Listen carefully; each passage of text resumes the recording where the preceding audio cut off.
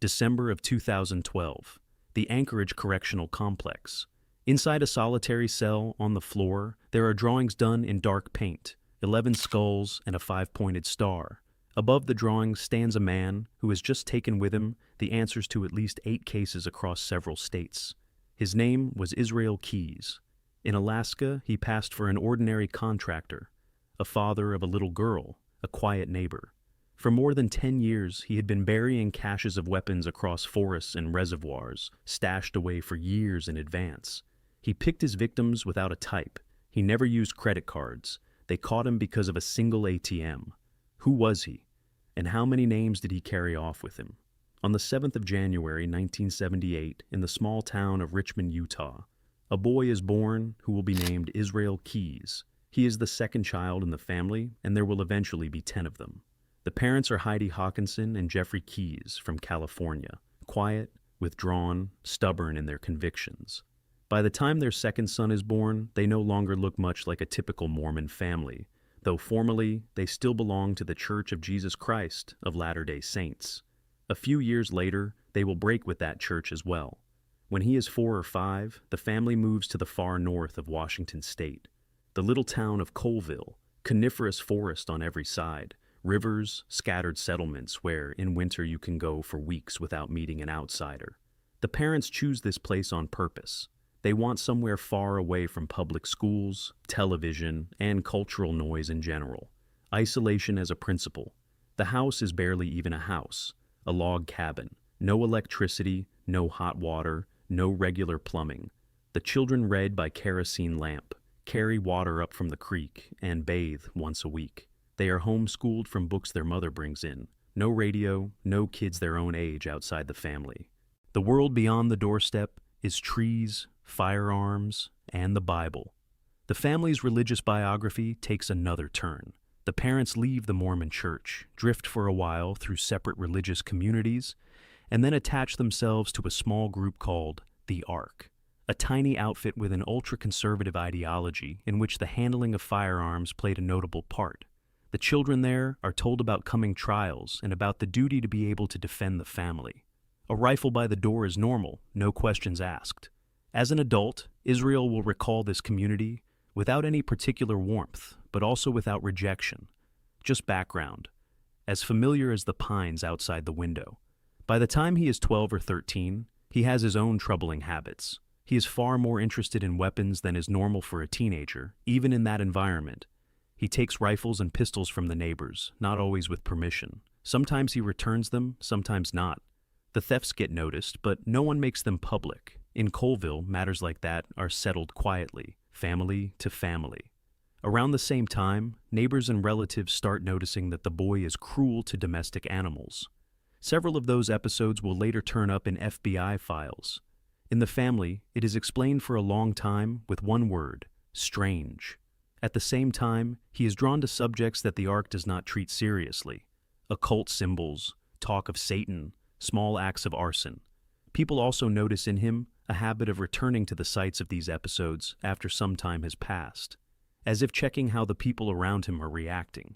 This is no longer mischief. These are the first warning signs that will later catch investigators' attention. Neighbors in the Colville area in those years record a string of strange incidents and disappearances of animals. None of it adds up into a single picture. The children grow up, and at school Israel is known as a very quiet, withdrawn boy with no discipline problems. He barely talks, does his own thing, and leaves. Nothing that would warrant raising an alarm. Years later, already in custody, he will tell FBI investigators that his first planned attack on a person took place in Oregon in 1997 or 1998. He is around 20, living in the small town of Maupian on the Deschutes River. In summer, groups of kids come there to float down the current on inner tubes. On one of those days, he approaches a girl who has drifted away from her group. In Key's own description, and in later FBI phrasing, her age is given as a young woman. What exactly happened is known only from his words and from the careful retellings of investigators. The girl survives.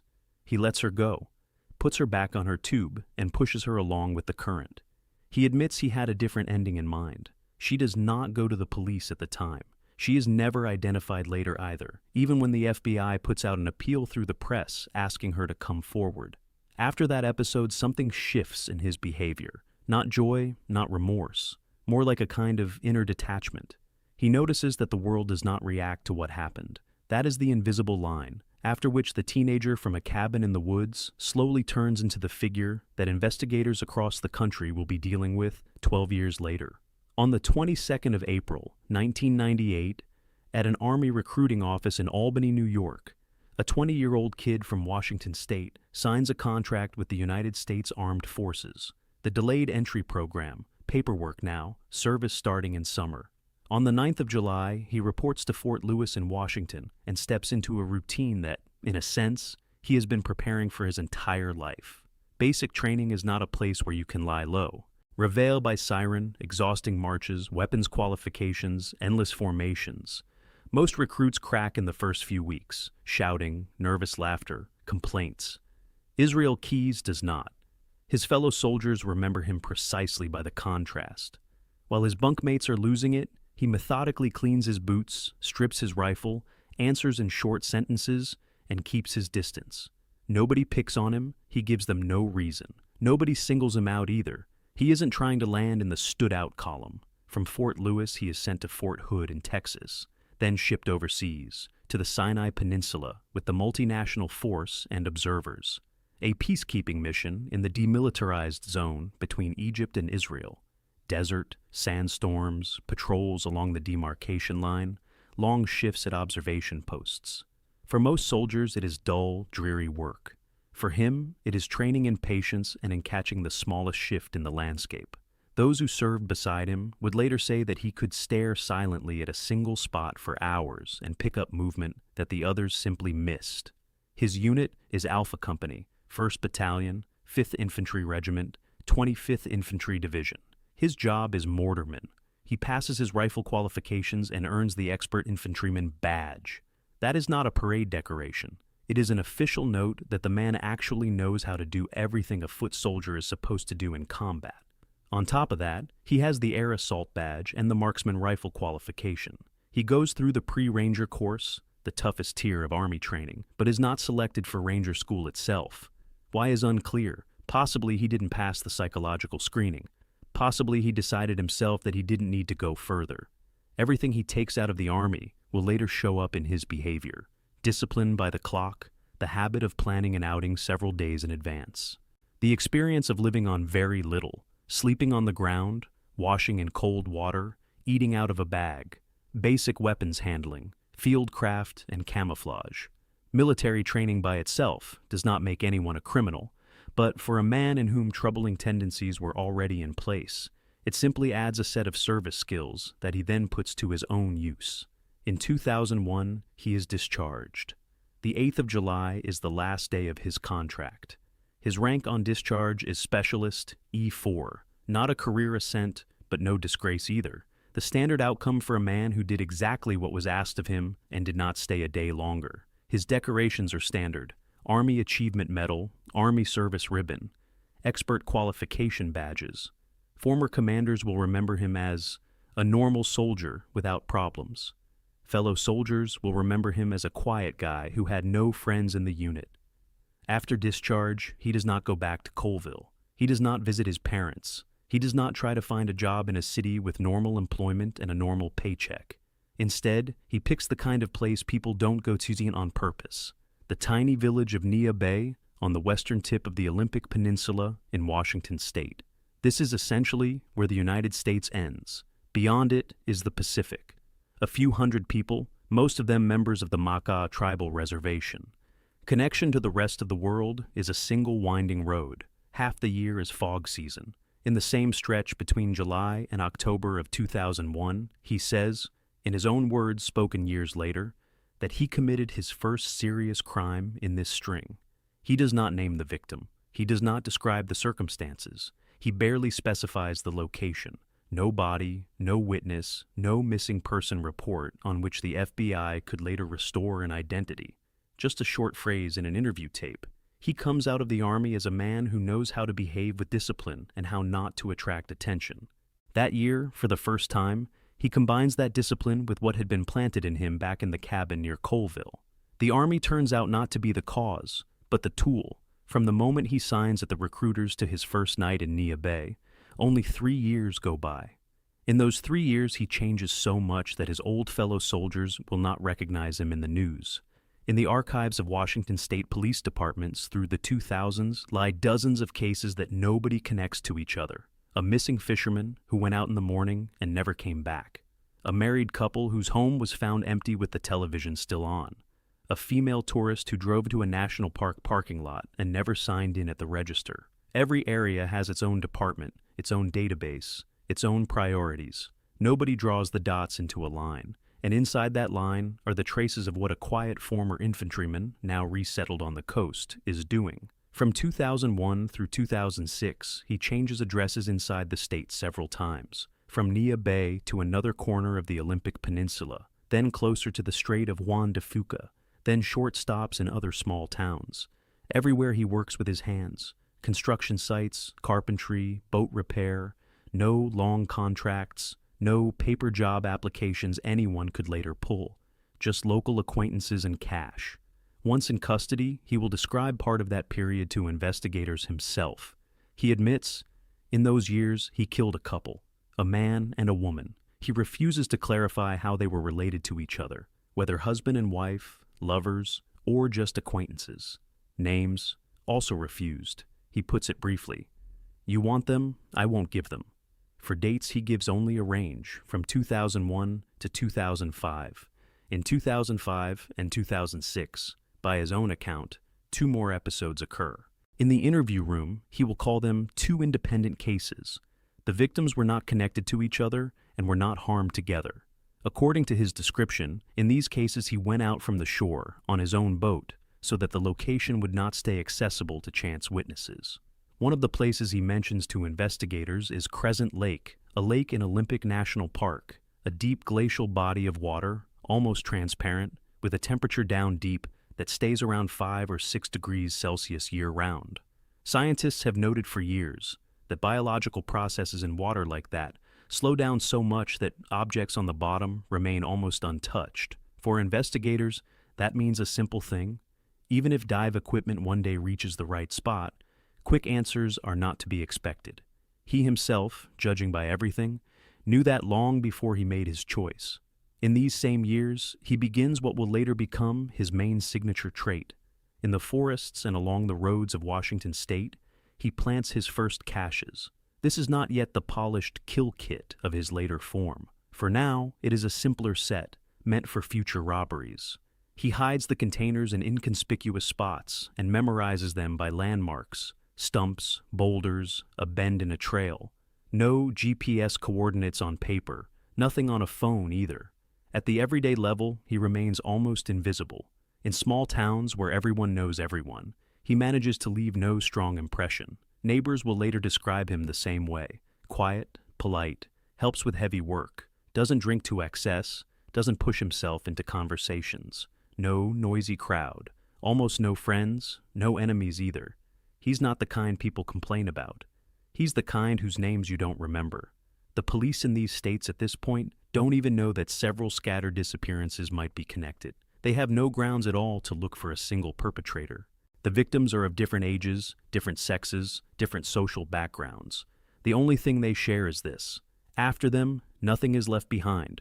No body, no belongings, no camera footage, no last phone call with a clue.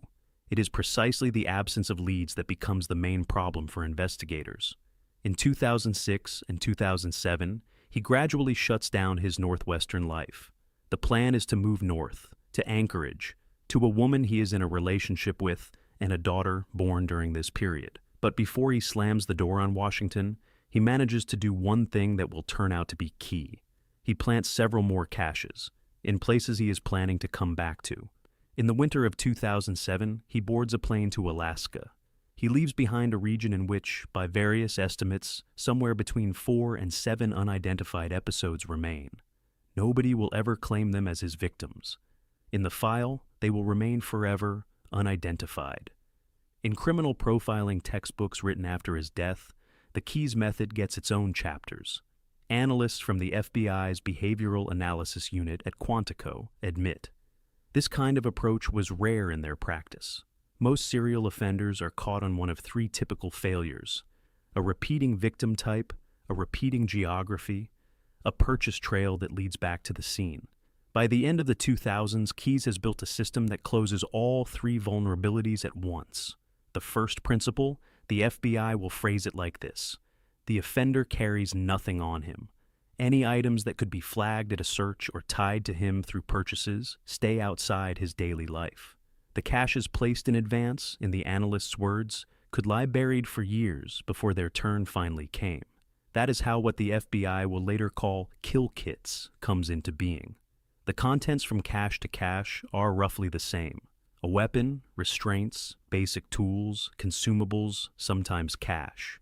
All of it packed into a sealed container and buried so it could sit in the ground for years. The full inventory the FBI does not disclose publicly for obvious reasons. The second principle is money. According to investigators, he avoided payments tied to his name and to the region he was in. That made it harder to reconstruct the chronology of his movements through ordinary financial records. The third principle is victim selection. Most serial offenders go after a specific type: hair color, age, occupation, daily route. Profilers can read that. Keyes drops the type entirely. In interview rooms, he will keep repeating, "I don't care who. What matters is the place." According to investigators, he was not aiming at specific people, but at the external signs of quiet, unremarkable addresses. FBI profilers note, the absence of a stable victim type created serious difficulties for classical search methods. The fourth principle is distance. He lives in Anchorage, Alaska. By his own reckoning, that is the ideal starting point. To go anywhere, you need an airplane. By land, you can barely leave Alaska. That means every trip he makes is long, expensive, and goes through several layers of screening. And it also means that no investigator on the mainland will ever put an Alaska resident at the top of the suspect list for their local case. Distance works in his favor. The fifth principle is a minimum of physical traces at the scene. According to FBI data, the bodies of victims ended up in places that were geographically unconnected to the point of disappearance, which almost robbed investigators of any chance to quickly build a chain. The sixth principle is memory. He writes nothing down. The coordinates of caches he keeps in his head, at most on a plain paper map without any labels. The routes are also in his head. There is no list of victims. No such list exists. After the arrest, when investigators try to find out where exactly the next kid is buried, they will run into the fact that their suspect remembers rough landmarks, but not exact coordinates. In some cases, that is deliberate. In others, it is because too many years have gone by. When he later describes this scheme to FBI agents himself, a long silence will fall in the interview room. One of the agents will say afterward, "At that moment, it became clear that the man across from them had been watching how investigators worked for years, adjusting his own behavior so as not to show up on the radar. That scheme allowed him for some time to stay off the radar. But in the end, he broke it himself. The endgame is set in motion precisely by his violation of it. In the spring of 2007, a new resident appears on a quiet street on the west side of Anchorage. He moves into a one-story blue house, a small yard, a fence, a shed in the back. The house belongs to a woman he has been seeing for a few years already. With him moves in a little girl, his daughter, born not long before. The neighbors greet the new family with the standard set of gestures: a wave, a tray of baked goods, a tip about where the closest school is. Anchorage is the largest city in Alaska, but by lower 48 standards, that's what they call the continental states here, it is still a small city of about 300,000, wedged between the mountains and Cook Inlet. Dark in winter, the sun barely sets in summer. Life runs on its own rhythms: early starts at work, short visits to the mainland, weekends out in nature. Nobody here asks unnecessary questions about what a man was doing down south. Everybody came here for some reason of their own, and everybody has the right to stay quiet about it. That is exactly what he uses. He registers a small construction company, Keyes Construction, his own contractor, his own carpenter, his own laborer. The clients are ordinary Anchorage residents. Someone needs the porch redone, someone needs a floor relaid, someone needs a deck built on. He takes the work calmly, meets his deadlines, keeps his prices in the middle range. In the reviews journalists will gather later, the same words come up again and again: punctual, neat, doesn't run up debts. One of his clients will say in an interview that he left him the key to the house while he and his family were away. The neighbors see him in roughly the same way. In the morning, a short walk with his daughter, sometimes on a bicycle. During the day, a pickup in the yard, tools, boards. In the evening, a window with a softened light, a television, an ordinary family life. He doesn't invite people over. He doesn't linger on the street for a chat. He doesn't sit on the porch with a beer on weekends. But he doesn't stand out in a way that seems strange either. In these parts, plenty of people keep their distance, and nobody draws any conclusions from it. His daughter sees him as a caring father. They go hiking, they fish, they ride the pickup around the area. In the family album that will later end up with investigators are ordinary photos. A child on the shore of the inlet, a child with a dog, a child on her father's lap. This isn't a front put up for show. It is a part of his life that he, to all appearances, genuinely values. That is why in the interview room, he will dig in on one condition: his daughter must not find out. No names in the press while he is alive. That demand turns out to be the lever the investigators will use. A lever he hands them himself. His common-law wife suspects nothing. She works, runs the household, takes care of the child. In her picture, her husband has a business and occasional trips to the mainland, for tools, for meetings with clients, for hunting. When he comes back from a long trip, there is nothing in his backpack that would catch the eye. No souvenirs from places he was. No noticeable expenses. No stains on his clothes. He has learned how to come home as exactly the same man she's waiting for. Alaska's geography helps him in another way too. To fly to the mainland, you need a ticket, and a ticket gets logged in the system. But he buys his tickets so that the route looks unremarkable. A flight to Seattle. From there, a rental car. In another city, another rental car. Then, a motel paid in cash. Each separate step is easy to explain. The full route nobody sees. In the backyard of the Blue House stands a small wooden shed. He built it himself. A few hours on weekends. Boards from his own company. A simple roof. Inside are the ordinary tools of a contractor. Jigsaws, drills, boxes of nails, rolls of insulation. On the floor, a few bags of cement mix and a stack of plastic buckets. All of it explained with one word: work. In February of 2012, an 18-year-old young woman will be led through this yard into this shed. None of the neighbors will notice anything unusual. The double life works almost without a hitch. On one side of the street, a calm father with a daughter and a company with a clean reputation. On the other, flights east, buckets dug up in the woods of Vermont, ATMs at tourist hubs. Between these two sides stands exactly one airport. That barrier holds for him right up until the day when, by his own choice, he cuts the distance to zero. April of 2009, northern New York. The Adirondack woods still under snow from winter. In the town of Tupper Lake, a small branch of Community Bank gets robbed. The tellers will later describe a man in a gray jacket, tinted glasses, and distinctive striped gloves. He has a short black and silver semi-automatic pistol. He speaks calmly, doesn't shout, doesn't fuss, takes the money, and leaves. The New York State Police log it as an ordinary armed robbery. No casualties, no hostages, no significant amount. The same striped gloves and the same pistol will later turn up on the surveillance footage of another bank, in Ozell, Texas, in February of 2012. The FBI will then compare the images and see that these two robberies are links in a single chain, but that comes later. In April of 2009, the Tupper Lake case goes into the archive as unsolved. The locals have zero reason to connect it to a contractor from Anchorage. From Tupper Lake, he heads south on regular highways. Along the way, he sleeps in small motels and pays in cash. By the 8th of April, he is in the area of Hackensack, New Jersey. Hackensack is a New York suburb a little west of the Hudson River. Thousands of similar houses, narrow streets, the lazy rhythm of midweek between the morning rush hour and the evening return from work. In Hackensack lives 49-year-old Deborah Feldman. Those close to her know her as a person who is unsettled, often moves, and periodically drops out of contact for weeks. Her disappearance is not the kind that causes immediate alarm. On the 8th of April, 2009, she is seen at home for the last time. In the days that follow, relatives don't get her usual messages, but they put it down to her usual silences.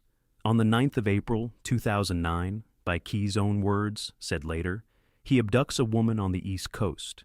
He gives no name, but he gives the date, describes the region, and says he drove the victim across several state lines into the northern part of New York. When the FBI starts matching his movements against the missing persons databases, Deborah Feldman turns out to be the only candidate who matches on every parameter. She is added to the list as the fourth known victim. The body will never be found. That same trip earns him another item in the system. By the Blake Falls Reservoir, deep in the Adirondacks, he plants another container. The FBI does not disclose the exact contents publicly. It is only known that inside were items consistent with the scheme he described. This container will sit in the ground for almost 3.5 years.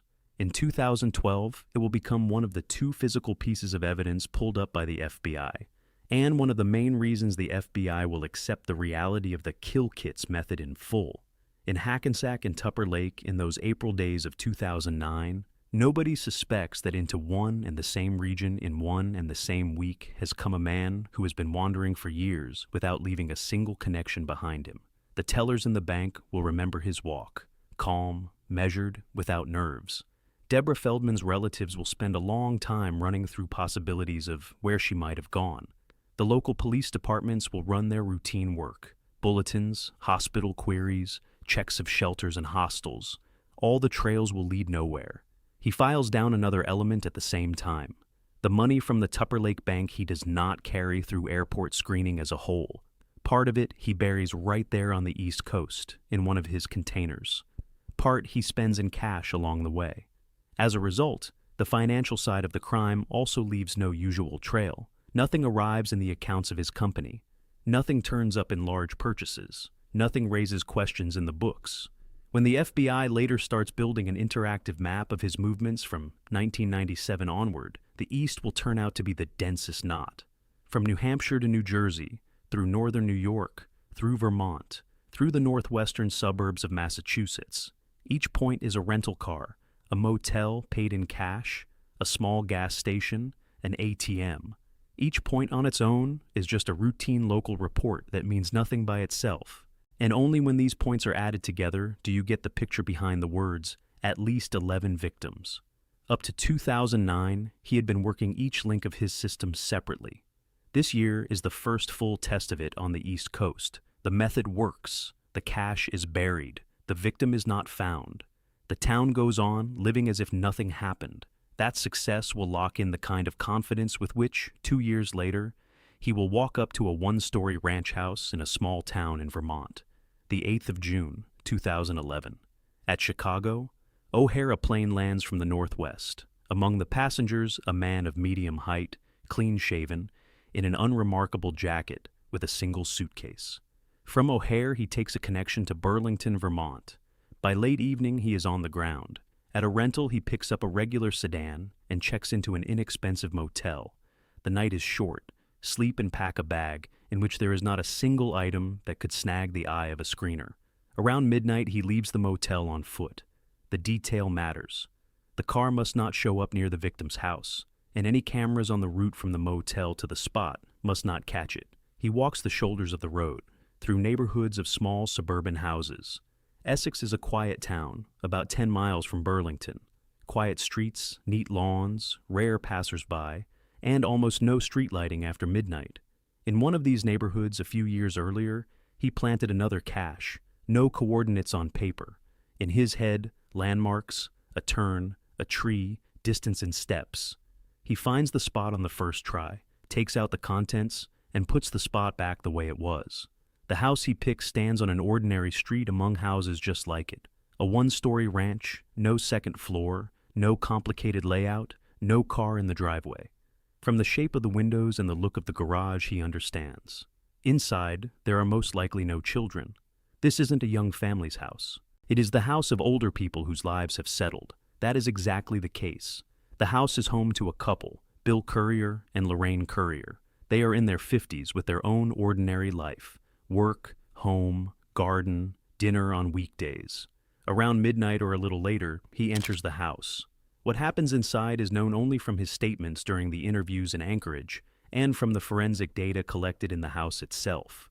The U.S. Attorney for the District of Vermont, Tristram Coffin, who will later lead the prosecution on this episode, will say a sentence at a press conference that goes into every headline. The couple fought back to the very end. Behind those words stand the results of the forensic examination of the house. Both the man and the woman tried to defend themselves. At some point, one of the spouses nearly broke free. A real attempt to escape, and it almost worked. According to investigators, Bill managed to free himself from the restraints and tried to get out of the house, but Keyes stopped him. After that, he drives both of the spouses away with him in their own car. The house he wipes down meticulously. He removes any traces of his presence and traces of what happened. When friends and relatives later walk into the house, they will see an emptiness that cannot be explained by anything reasonable. What happened to Bill and Lorraine Currier next? He will tell investigators himself, but in very sparing terms. He hid the bodies so well that they were never found. Different versions came up. An abandoned farmhouse nearby, which was later searched with dogs. Deeper plots on the outskirts of the county. None produced a result. After the arrest, in 2012, the FBI, the Vermont Prosecutor's Office, and the local sheriff's department run large-scale searches. They work for weeks. They find nothing. On the morning of the 9th of June, the family and employers of Bill and Lorraine start realizing that something is wrong. The car is gone. The doors are open. On the kitchen table, everything is left the way it was the night before. There are no signs of a break-in, no notes. The neighbors saw and heard no one. The local police open the standard procedure on missing persons, but with no traces and no witnesses. The only thing they can establish for certain is that the couple disappeared together. The episode with the Curriers will become a pivot point for the investigation. The first one, Keyes will confirm in detail during interviews, with descriptions of the house, the route to it, the actions inside. He will do it in exchange for a promise not to make the names public while he is alive. These details, matched against the actual picture in the Currier house, will finally convince investigators. They are not working with a fabulist or a self-incriminator, but with a man who really was inside that house. And this same episode will show that, by the summer of 2011, his behavior had become especially bold. The 1st of February, 2012. In Anchorage, the short winter day has already gone dark. At the intersection of Tudor Road and one of the side streets stands a small standalone coffee kiosk, wooden, light-colored, about the size of a small garage. A typical Alaska spot. Residents of the city swing by on their way home from work, order a hot drink through the window, and drive on. The place is called Common Grounds Espresso. Inside, a single barista. Her name is Samantha Koenig. She is 18 years old. This evening, Samantha is on a regular shift. She works the window, warms up cups, makes coffee. Her boyfriend Dwayne knows that closing is around 8. By 8 in the evening, a man pulls up to the window. The kiosk surveillance camera will record this moment. Short, mundane, no visible threat. Within a few minutes, the footage shows Samantha and the man leaving the frame together. No gunshot, no shout, no struggle, just motion. That fragment will later go around the world. Under the threat of a weapon that cannot be seen from outside through the windows, he leads her out of the kiosk to a white pickup parked nearby. The vehicle drives off. Out on the street is the usual evening Anchorage traffic, and nobody notices a thing. A handful of cars driving past. That is the sum total of the witnesses. On the counter inside, the kiosk are her things, her phone, her jacket. Around 10:30, he comes back to the kiosk. He goes inside and tries to clear away anything that investigators might read as a clue. He takes her phone. After that, now in her name, he sends 2 short messages, one to her boyfriend, the other to her boss.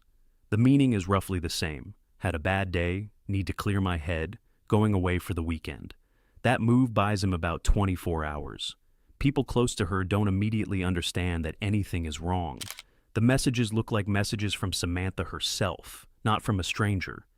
Only on the morning of the next day, when she doesn't show up for her shift and doesn't answer her phone, does the alarm become real. The family calls the police. Anchorage gradually realizes that the young barista has not gone away for the weekend. She has disappeared. By that point, Keyes is already home, Samantha is in the shed in the backyard of that very same blue one-story house where he lives with his daughter and his common-law wife. From the kitchen window to the shed is a few meters. The night and the early dawn of the 2nd of February 2012, he spends here, breaking for the first time his own main rule: never act anywhere near his own home. He himself will later admit that this was the first time in many years he had stepped away from that principle. That morning, the 2nd of February, he drives to the Anchorage airport. With him are his daughter and a family friend. They have tickets booked for a Royal Caribbean cruise through the Caribbean. The idea is simple. For 2 weeks, he goes off the radar. For 2 weeks, anyone trying to draw a line between Samantha Koenig's disappearance and some figure in Alaska physically cannot connect to the case, a man who in those days is on a ship with his daughter, far to the south. In Anchorage, meanwhile, a police operation unfolds. The Koenig family does what families of missing people do. They print flyers, give interviews to local TV, gather volunteers for searches, ask the city for any information. The footage from Common Grounds goes on air. The dark silhouette of a man at the kiosk window becomes news across Alaska. Hundreds of calls into the police, theories, versions, tips.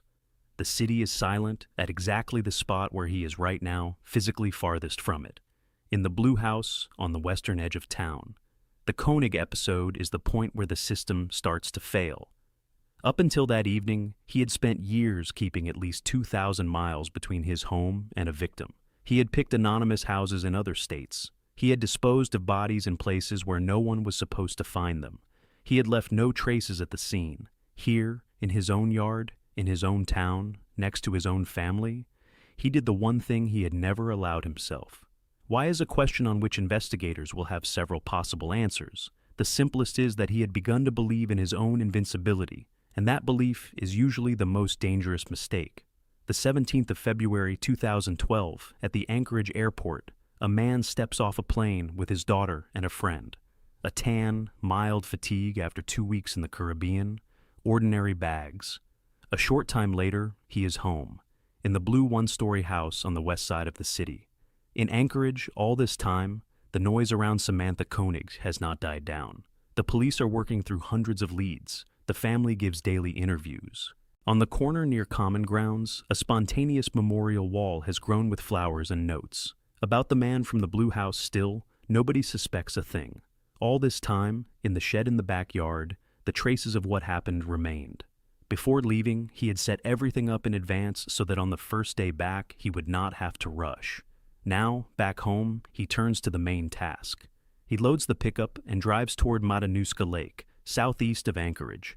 The drive is just over an hour. The ice at this time of year is solid, many tens of centimeters thick. Cars and snowmobiles cross it freely. In the middle of the lake, at an unpeopled spot, he stops. Here he does what for years he had trained himself not to do near home. He disposes of Samantha's remains, counting on the ice to break up by spring and leave no traces behind. Back from the lake, he turns to the second part of the plan. This part he had never done before in his earlier practice. Earlier, after a crime, he would simply disappear. This time, he sits down at a table and prepares a ransom note. The amount is $30,000. With the note, he encloses a Polaroid photo with a fresh newspaper next to the image. The photo is staged so that the family and the police will get the impression that Samantha is still alive. In reality, that possibility no longer existed. He leaves the note at a prearranged spot in Anchorage, where the police find it. For the family and the investigation, the photo works like oxygen. They believe they now have proof that Samantha is alive, and there's a chance to save her through a ransom. Samantha's father, James Koenig, having lived through every stage of a parent's nightmare over those 2 weeks, does what any father would do. He starts gathering the money. The Anchorage community donates. The money is deposited into her bank account, linked to her own debit card. The police arrange with the bank. Any withdrawals will be tracked instantly. The card passes to the kidnapper. At least that's the plan. From that moment on, it becomes at once his tool and his weak link. With each withdrawal, everything is left behind. A face on a camera, a dot on the map of the United States, the minute and second when a specific man stepped up to a specific machine. Any profiler could have predicted the ending from that ransom note alone. But he takes this step consciously. The money outweighs the risk for him. The withdrawals start in Anchorage, a few small amounts. The police already know there is a real person behind those transactions, and what matters is figuring out which way he is moving. A few days later, the withdrawals start showing up on the mainland, first Arizona, then New Mexico, then Texas. On the map of the United States, it is a slow, deliberate line running from the northwest down to the southeast. Whoever is taking the money, he is not sitting still. He is moving. In Anchorage, meanwhile, the daily painstaking work continues. The FBI is fully on the case. The Anchorage Police Department is running the city piece. The Koenig family is on watch by the phone. In the news, Samantha's name is spoken dozens of times a day. At some stage, a bitter feeling settles in among the investigators. What they are getting from the card does not look like the behavior of a victim trying to save her own life. It looks like the behavior of a criminal squeezing the maximum out of the situation. On the 2nd of April, 2012, divers will find Samantha Koenig's body at the bottom of Matanuska Lake, more than a month after the abduction, 2 weeks after the last messages in her name went out. A few days after the man they were looking for ends up in handcuffs 3,000 miles to the south. The note with $30,000 and the Polaroid photo will stay material for several disciplines at once for a long time: forensic, psychological, journalistic. But the most important result of that note is just one. For the first time in 13 years, Israel Keys gave the police a real, physical, traceable trail. And that trail led the investigation straight to him. The 8th of March, 2012, in the small town of Shepherd in East Texas, at an ATM of a People's State Bank branch, a man in a cap appears. He walks up to the terminal, swipes a card, enters a PIN, takes the cash, and leaves. On the camera, he does not look suspicious. His face is partly hidden by the brim of the cap. But the frame does show his car, a white pickup with rental plates, parked a little off to the side. 2 days later, on the 10th of March, in the town of Humble, same Texas, at an ATM of a Humble Community Bank branch, the same man and the same pickup will show up. These frames go straight to the FBI. Analysts work around the clock. The picture is already clear. The pickup is a rental. The rental paperwork is tied to a specific man who lives in Anchorage. The name is Israel Keys. By the 11th of March, the investigation has a name, the plate numbers, and a bulletin out across the southern states. The task is to find the vehicle and not lose the driver. On the 12th of March, 2012, in East Texas, a state trooper, Brian Henry, is driving his usual route. On his tablet, he has the photo of the wanted pickup. A vehicle coming the other way catches his eye. The silhouette matches. The plates, the same ones. He gets on the radio to dispatch, confirms the match, and starts a careful tale. The main thing is not to spook him. The main thing is a clean take. On the morning of the 13th of March, 2012, the pickup pulls into the parking lot of a Cotton Patch restaurant in the town of Lufkin, Texas. Lufkin is a small town about an hour from Houston in the East Texas Pines, with no special landmarks. The Cotton Patch sits on South 1st Street, on the stretch that turns into U.S. Route 59. Keys steps out of the truck to go inside and eat. That his pickup has been under surveillance for 2 days, he has no idea. Brian Henry pulls into the parking lot. He is joined by Texas Ranger Stephen Rayburn and an FBI support team. Special Agent Deb Rose, then Deb Ganaway, coordinates part of the operational take. When Keys walks out of the restaurant, they are already waiting for him. No shots, no running, no blood. A professional arrest, team, protocol, handcuffs, minimal contact. He puts up no resistance. In the vehicle, they find what will become the first material link for investigators. Rolled up stacks of cash, bound with rubber bands. Road maps marked with a marker. Routes running through California, Arizona, and New Mexico. Among the items, a bank card in the name of Samantha Koenig, and her phone, switched off for 2 weeks already, and several other items that will later tie the owner of the pickup to her disappearance far more tightly than he himself could have imagined. At first, the arrest is processed as a charge of bank device fraud, use of a card not belonging to the suspect. The simplest, fastest framing, which makes it possible to hold the man in custody while work on the serious counts gets going. None of the Texas officers in that minute yet knows whom they have just taken. They are working by the book, like with any other criminal pulled in on an ATM trail. A few hours later, a team from Anchorage starts flying into Lufkin. The Alaska FBI, led by Special Agent Jolene Godin and Assistant U.S. Attorney Frank Russo, understands that the man sitting in Texas right now is the man they have been looking for 2 months. In front of them is the prime suspect in the Samantha Koenig case, that this figure stands behind a far larger number of stories, none of them suspect yet, that each of those stories has its own name, also unknown to them. In the first conversation, he will name none of them. The parking lot in Lufkin is the point where an entire system starts to come apart. Not because of brilliant profiler work, not because of caches that were found, not because of a witness who was caught, but because one of its principles, no traces that leave a record, he broke himself by stepping onto the stage with Samantha's debit card. Every time he pushed the card into the slot of an ATM, he shortened the distance to the interview room. Every time he looked at a receipt, he gave the investigation another chance. On the 13th of March, those chances came together in one precise shot in the parking lot of a cotton patch. In handcuffs at the door of a restaurant, the 13-year period in which his name had never once landed in a police report comes to an end. Anonymity is gone, Alaska is gone, his daughter beside him is gone, silence is gone. What's left is a room with 2 folding chairs, a table, a bottle of water, and 2 people on the other side who want him to start talking. What rules he will set for that conversation is the next part of the story. In the spring of 2012, after extradition from Texas, Israel Keys ends up at the Anchorage Correctional Complex. That is also when one of the most unusual series of interviews in modern FBI history begins.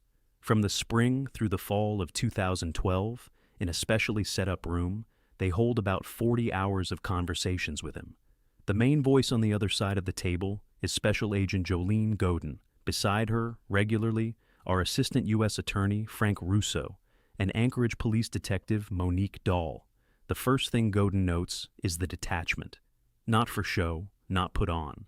The man has accepted the situation and is not trying to break it. He doesn't shout, doesn't cry, doesn't swear oaths. He doesn't bargain the way defendants in ordinary cases bargain. He speaks evenly, with long pauses.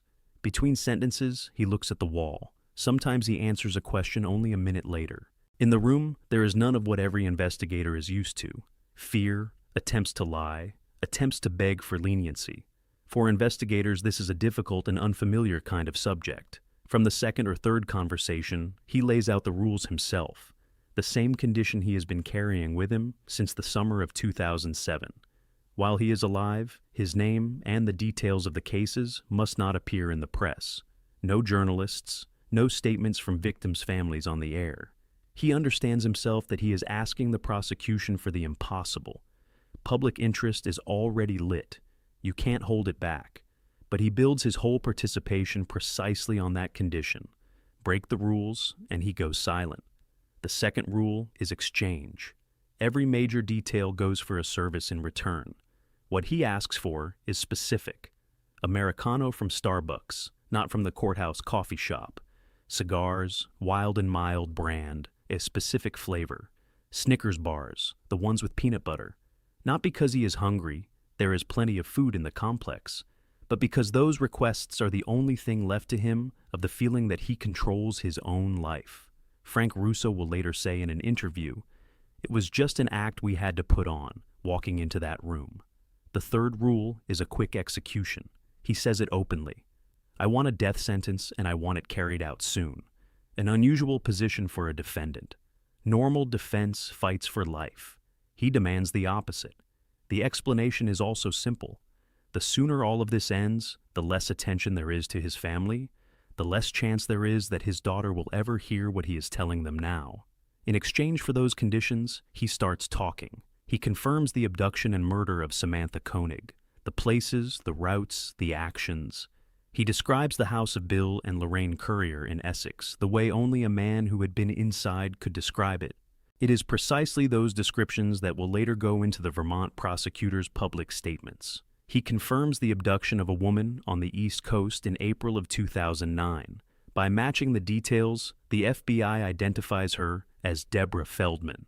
He confirms that in the period from 2001 to 2009, there were several more episodes. He talks about a couple in Washington state whose names he will never give. He hints at a few more people, with no specifics. He confirms that buried containers exist not only in Alaska and New York. He names 2 regions, the area of Green River, Wyoming, and the area of Port Angeles on the Olympic Peninsula in Washington state. Where exactly, he won't say. The exact coordinates he either doesn't know or knows only in part. Meanwhile, the Anchorage FBI works with dozens of regional offices across the country. They match his movements against missing persons databases. They request the archives of small police departments that have sat untouched for years. Versions come up, matches come up, dead ends come up. Each version has its own story, and each runs into the same thing. Without a name and an exact location, the link cannot be proved. In the interview tapes, there is a moment Godin will later quote. Keyes says, "One of the hardest moments is when you understand that right now, in this room, the final part is starting, that there is no way back, that everything I built no longer works." Calmly, without emotion, like a technical comment. That sentence is the best description of what is happening between the 40 hours of interviews and his last night in the cell. By November of 2012, the investigators come to an understanding. Even 40 hours is not enough. He is playing the long game. He hands out details like cards, one at a time, in exchange for conditions. They have full information on 3 episodes, Koenig, Courier, Feldman. They have fragments on 2 more, and 8 names are still missing. Those names will never be spoken. By December, he himself will decide that the conversation is over. The evening of the 1st of December, 2012, at the Anchorage Correctional Complex passes like an ordinary shift. After 9:30 in the evening, the light is turned off in one of the solitary cells. In that cell is Israel Keyes. He is alone. By the protocol for dangerous defendants, no cellmate, no general area. The cell is checked at certain intervals, but at night the gaps between checks are longer. In the cell with him is an item that, by the rules, should not have been there. Defendants of his status are supposed to be issued personal items only under supervision. Exactly how the breakdown of procedure happened, the later investigation will never fully establish. There are several versions, no definite answer. That night, between the night rounds of the guards, he takes his own life. The details investigators will later describe in dry terms, without disclosing the specific means. Nobody recorded the exact time, somewhere around midnight or a little after. In the morning of the 2nd of December at 5:57, a guard on a routine round discovers what has happened. Help is no longer needed. The fact itself is the first shock for the complex's administration. The second shock comes when FBI special agents arrive at the scene and start examining the cell. In the cell is a 4-page note, and drawings on the floor done in dark paint. There are 12 drawings, 11 skulls, and 1 5-pointed mark, a pentagram. The skulls are of different shapes and sizes. One is larger, the rest are smaller. No names, no signatures, no explanations. The full content of the note has never been officially published, but from law enforcement statements, it is known that it contains no admission of new episodes and no names. More likely, it is a parting text. From that night on, the number 11 becomes the FBI's working estimate of the number of victims. 11 skulls, 11 deaths. At the moment of his death, he had confirmed 3 episodes in full and hinted at several others. In total, the investigation has locked in 8 acknowledged episodes. That means at least 3 names from his own count have remained a secret for the public. To the funerals of those people, nobody came. On their graves, nobody laid flowers. None of their families ever learned what happened to their loved ones. In the years that follow, the FBI does what it can.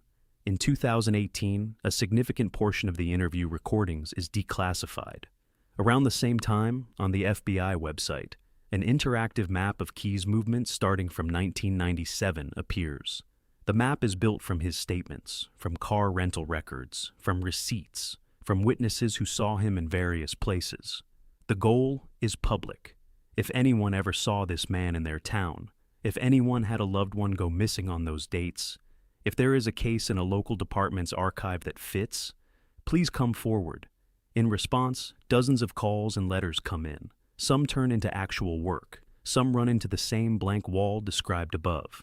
In 2019, the journalist Maureen Callahan publishes a book, American Predator: The Hunt for the Most Meticulous Serial Killer of the 21st Century. Callahan gets access to FBI materials, to interview recordings, to statements from the Currier family and the Koenig family.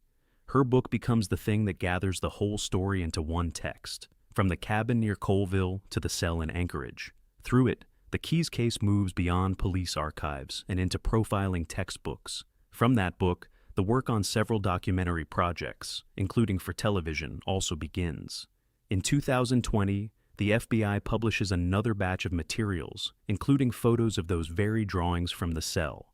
That sets off a new wave of public discussion of the kill kits method and of how, less than 10 years ago in the United States, a man was operating whose behavior had failed for so long to come together for investigators into a single picture.